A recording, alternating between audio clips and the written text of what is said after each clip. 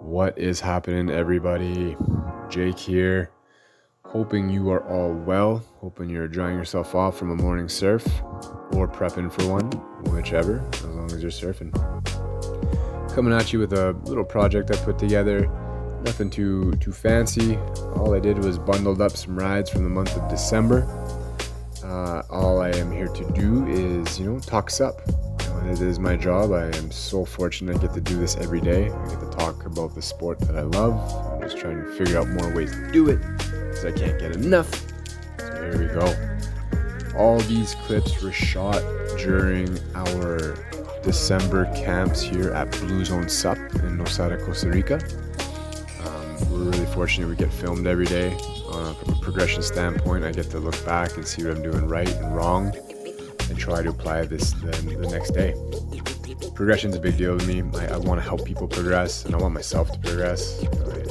I go into the water with intentions all the time on how can I do this, how can I do that. So I just want to share a few of those with you.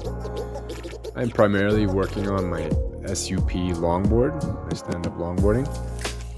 It is the discipline that I lean to most. I think maybe it's my body type being a bit heavier. I like that longer rail line, bigger board. It's always been aesthetically pleasing to me to watch, Kai Salas and Taylor Jensen's, these performance longboarders. It's something I enjoy, seeing the big turns mixed in with the light footwork. I love the balance of it. One thing I'm trying to work on a lot is my nose riding.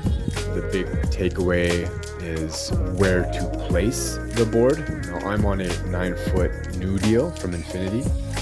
This board is a bit sharper. It's not a classic nose rider, so I have to make sure I'm placing it in a part of the wave where it's going to allow me to travel up and down the board. Not that you can just cruise up to the nose on any old log, but I believe there's a bit more forgiveness. Again, this leans more to the progressive longboarding style. So that I've been working on, and I admit I haven't got many 10s, if any at all, to be honest, but I do get my 5s, like that. I'll get a cheater 5 here and there. I do get it to the nose once in a while, but just being more disciplined and focusing on that. Again, waiting for the right section to do so. My turns, always working on turns as well, making sure I'm getting back to the tail of the board. Sometimes when I'm hustling from the nose to the tail, I have to stop short because I rushed it and mistimed, and I don't get there, and I can feel the turn hurts a bit. I don't get the radius. I don't get that stalling that we need, getting the board out of the water, as much board out of the water as I need for that sharp turn.